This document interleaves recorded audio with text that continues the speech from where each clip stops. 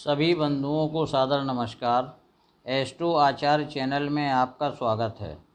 बंधुओं, 10 महाविद्याएं वास्तव में देवी माँ दुर्गा के 10 रूप हैं। 10 महाविद्या अर्थात महान विद्या रूपी देवी। ये महाविद्याएं साधारण उपासकों को भी अचूक सिद्धि देने वाली होती हैं। गुप्त नवरात्रि में इन महाविद्याओं की उपासना तांत्रिकों द्वारा भी की जाती है। ये 10 महाविद्याएं आदि शक्ति माँ पार्वती के रूप हैं। इन 10 महाविद्याओं की उपासना से चतुर्भुज सृष्टि रचने में, भगवान विष्णु विश्व का पालन करने में तथा रुद्र विश्व का संहार करने में समर्थ होते हैं। बंधुओं, 10 महाविद्याएं कौन कौन सी हैं व इनके नाम क्या हैं वह भी आपको बताता हूँ। माँ दुर्गा के जिस प्रकार से 9 रूप शैलपुत्री, ब्रह्मचारिणी, चंद्रघंटा, कुष्मांडा, स्कंद माता, कात्यायनी, कालरात्रि, महागौरी और सिद्धिदात्री हैं, उसी प्रकार माँ आदिशक्ति की 10 महाविद्याओं के नाम क्रम से हैं। पहली काली, दूसरी तारा, तीसरी त्रिपुर सुंदरी, चौथी भुवनेश्वरी, पाँचवीं छिन्नमस्ता, छठवीं त्रिपुर भैरवी, सातवीं धूमावती, आठवीं बगलामुखी, नौवीं मातंगी और 10वीं कमला। ये 10 महाविद्याएं विभिन्न दिशाओं की अधिष्ठात्री देवी भी हैं। उत्तर दिशा की स्वामिनी काली और तारा हैं। ईशान दिशा की स्वामिनी त्रिपुर सुंदरी हैं। पश्चिम दिशा की स्वामिनी भुवनेश्वरी हैं। पूर्व दिशा की स्वामिनी छिन्नमस्ता व धूमावती हैं। दक्षिण दिशा की स्वामिनी त्रिपुर भैरवी व बगलामुखी हैं। वायव्य दिशा की स्वामिनी मातंगी हैं व नैऋत्य दिशा की स्वामिनी कमला हैं। ये 10 महाविद्याओं को 2 कुलों व 3 रूपों में विभक्त किया गया है। प्रथम काली कुल में काली, तारा तथा भुवनेश्वरी आती हैं तथा द्वितीय श्री कुल में त्रिपुर सुंदरी, भैरवी, धूमावती, मातंगी, बगलामुखी, कमला तथा छिन्नमस्ता आती हैं। ऋषियों ने इन महाविद्याओं को 3 रूपों में विभक्त किया है। उग्र रूप में काली, छिन्नमस्ता, धूमावती तथा बगलामुखी हैं। सौम्य रूप में त्रिपुर सुंदरी, भुवनेश्वरी, मातंगी तथा कमला हैं। सौम्य उग्र रूप में तारा तथा त्रिपुर भैरवी को माना जाता है। बंधुओं, 10 महाविद्याओं की उत्पत्ति सती से हुई है। देवी भागवत पुराण के अनुसार सती के पिता दक्ष प्रजापति ने भगवान शंकर का अपमान करने के उद्देश्य से यज्ञ का आयोजन किया था। उस यज्ञ में भगवान शंकर व सती को आमंत्रित नहीं किया गया था, लेकिन सती ने पिता के यज्ञ में जाने के लिए भगवान शंकर से हठ किया। लेकिन भगवान शंकर ने सती के आग्रह व हठ पर कोई ध्यान नहीं दिया व उसे अनसुना कर दिया। इस पर देवी सती ने काली का रूप धारण कर लिया। भगवान शंकर सती के काली रूप को देखकर भागने को उद्यत हुए। अपने पति को डरा हुआ देखकर माता सती भगवान शंकर को रोकने का प्रयास करने लगीं, लेकिन जब भगवान शंकर नहीं रुके तब माता सती ने 10 दिशाओं में भगवान शंकर को रोकने के लिए अपने 10 रूप प्रकट किए। ये ही 10 रूप 10 महाविद्याएं कहलाती हैं। सती के 10 रूपों को देखकर भगवान शंकर ने सती से इन सभी रूपों का परिचय पूछा। सती ने बताया कि ये मेरे ही 10 रूप हैं।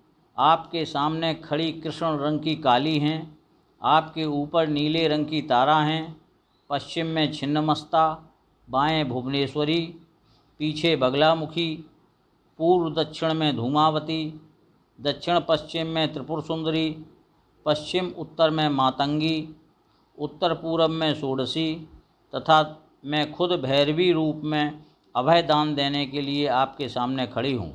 इस प्रकार सती शिव विरोध को परास्त कर पिता के यज्ञ में गईं और वहाँ अपनी आहुति दे दी। फिर भगवान शंकर ने यक्ष प्रजापति के यज्ञ को विध्वंस कर दिया। बंधुओं, अब मैं आपको 10 महाविद्याओं के बारे में क्रम से बताता हूँ। पहली महाविद्या देवी काली हैं। यह कृष्ण वर्ण मुख्य महाविद्या हैं। मुख्यतः इनकी साधना शत्रुओं और बीमारी का नाश, अकाल मृत्यु से बचने, वाक सिद्धि व राज्य प्राप्त करने के लिए की जाती है। इनकी साधना में लाल वस्त्र, लाल आसन व काले हकीक की माला का प्रयोग होता है। माँ काली के 4 रूप हैं: दक्षिणा काली, शमशान काली, मात्र काली, और महाकाली। द्वितीय महाविद्या तारा नील वर्ण हैं। इन्हें तारिणी भी कहा जाता है। इनकी साधना से समस्त कष्टों का निवारण होता है। इनकी साधना किसी योग गुरु के सानिध्य में करनी चाहिए। इनकी साधना में लाल मूंगा या स्फटिक की माला का प्रयोग होता है। तीसरी महाविद्या त्रिपुर सुंदरी हैं, जो कि श्री विद्या के नाम से विख्यात हैं। इनका साधक स्वयं शिववत होता है। इनकी साधना से भौतिक सुखों के साथ मोक्ष की प्राप्ति होती है। इनकी साधना में रुद्राक्ष का माला का प्रयोग होता है। इन्हें राजराजेश्वरी भी कहा जाता है। इनकी उपासना श्री यंत्र या नवयोनि चक्र के रूप में की जाती है। चौथी महाविद्या भुवनेश्वरी हैं।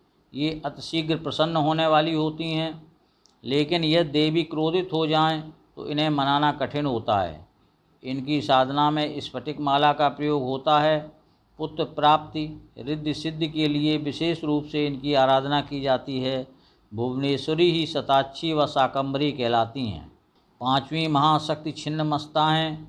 10 महाविद्याओं में सबसे उग्र साधना छिन्नमस्ता की मानी गई है, लेकिन इनकी साधना तुरंत फलदायी होती है। रोजगार, नौकरी, पद प्रतिष्ठा, शत्रु परास्त, मुकदमा, कुंडली जागरण आदि के लिए इनकी आराधना की जाती है।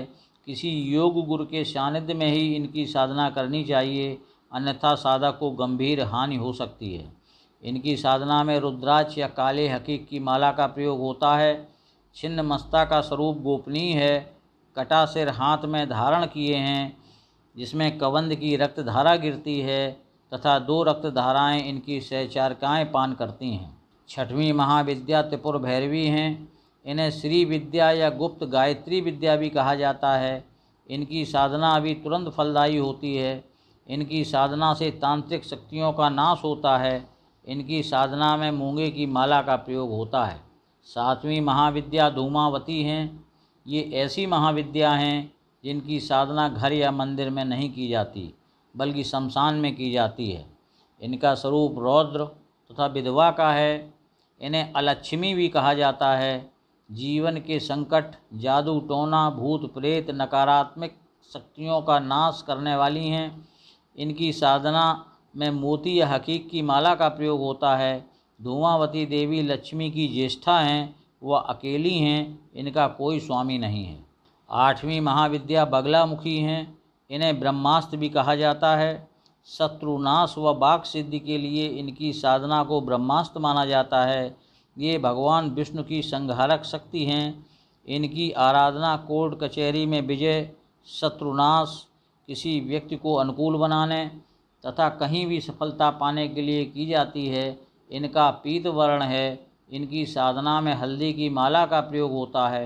बगलामुखी सुधा समुद्र के मध्य मणिमय मंडप में रत्नमय सिंहासन पर विराजती हैं।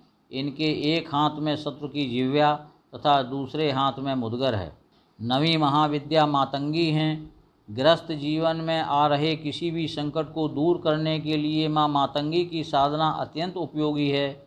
इनकी साधना शीघ्र विवाह, पुत्र प्राप्ति, सौभाग्य प्राप्ति, आकस्मिक संकट के निवारण हेतु की जाती है।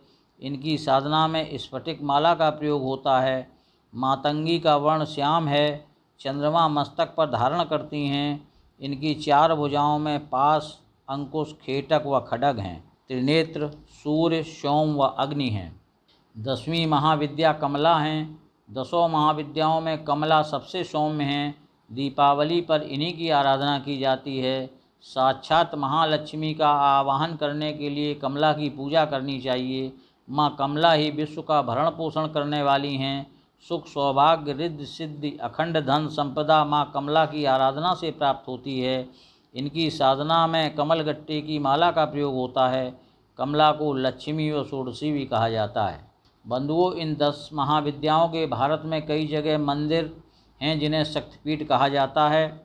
माँ कालिका कोलकाता में दक्षिणेश्वर काली मंदिर, माँ कालिका उज्जैन महाकाली मंदिर, माँ महाकाली शक्तिपीठ पानागढ़ गुजरात, कालिका मंदिर कांडा बागेश्वर उत्तराखंड, भीमा काली मंदिर शिमला। इसके अलावा नॉर्थ गोवा में देवी का मंदिर, बेलगाम कर्नाटक में देवी का मंदिर, चंडीगढ़ पंजाब में देवी का मंदिर व कश्मीर में भी महामाया देवी का प्राचीन मंदिर है। तारा देवी का मंदिर शिमला के साथ लगती चोटी पर है, जो कि बहुत प्राचीन मंदिर है। ललिता देवी को त्रिपुर सुंदरी के नाम से भी जाना जाता है। नैमिषारण सीतापुर उत्तर प्रदेश में माँ ललिता देवी का मंदिर है। माँ भुवनेश्वरी देवी का मंदिर गुवाहाटी में नीलाचल पहाड़ी पर है। इसके अलावा माँ भुवनेश्वरी सिद्धपीठ सांगोड़ा उत्तराखंड में भी है। माँ छिन्नमस्ता का मंदिर झारखंड की राजधानी रांची से 80 किलोमीटर दूर रजरप्पा में है। इस मंदिर को शक्तिपीठ माना जाता है। माँ त्रिपुर भैरवी का मंदिर वाराणसी में है। माँ बगलामुखी का द्वापर युगीन मंदिर मध्य प्रदेश के लखुंदर नदी के किनारे शाजापुर नलखेड़ा में तथा दूसरा मंदिर मध्य प्रदेश के दतिया में तथा तीसरा मंदिर कांगड़ा हिमाचल प्रदेश में है। माँ मातंगी का मंदिर मोढेरा गुजरात में मोढ़ेश्वरी मंदिर के नाम से विख्यात है। धूमावती माता का मंदिर मध्य प्रदेश के दतिया में प्रसिद्ध पीताम्बरा शक्तिपीठ के प्रांगण में स्थित है। माँ कमला देवी का मंदिर गुजरात के कच्छ के भुजनारायण सरोवर व जामनगर में स्थित है। बंधुओं, माँ दुर्गा की 10 महाविद्याओं की संपूर्ण प्रमुख जानकारी मैंने आपको उपलब्ध कराई। आशा है वीडियो आपको पसंद आया होगा। कमेंट में बताइए। साथ ही जिन बंधुओं ने अभी तक चैनल सब्सक्राइब नहीं किया है, उनसे पुनः अनुरोध है, कृपया चैनल को सब्सक्राइब करें, वीडियो को लाइक और शेयर करें, नोटिफिकेशन बेल भी दबाएं, जिससे हमारे प्रत्येक वीडियो की जानकारी तत्काल आपको मिलती रहे। सभी को पुनः नमस्कार, धन्यवाद।